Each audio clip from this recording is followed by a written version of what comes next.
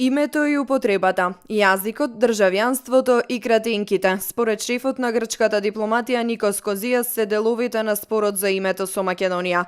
Прашањето со името во суштина има 4 дела. Името и употребата на името, двете прашања кои се во надлежност на господинот Нимиц да преговара, како и изведените зборови, јазик, државјанство, за кои од грчка страна во соработка со универзитетски професори се подготвува листа за нивна регистрација, а последни се кратенките. Козијас процени дека единствен начин да се најде решение е пакет преговори и рече дека самиот забележал расположение Скопје да тргне одредени и редентистички символи, изразувајќи надеж дека ова ќе се спроведе.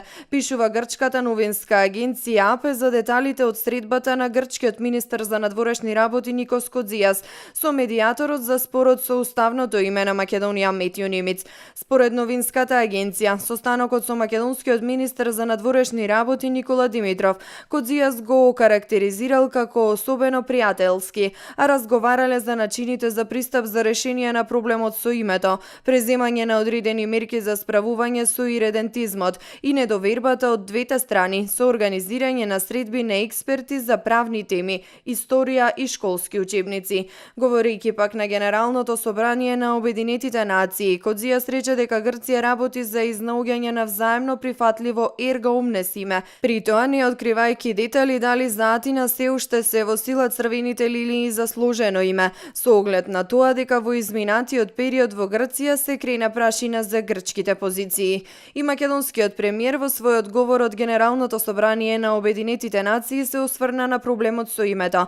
Заев порача дека мора да го фатиме моментот и да го решиме долгогодишниот спор со Грција. Според него има свежи напори за надминување на спорот.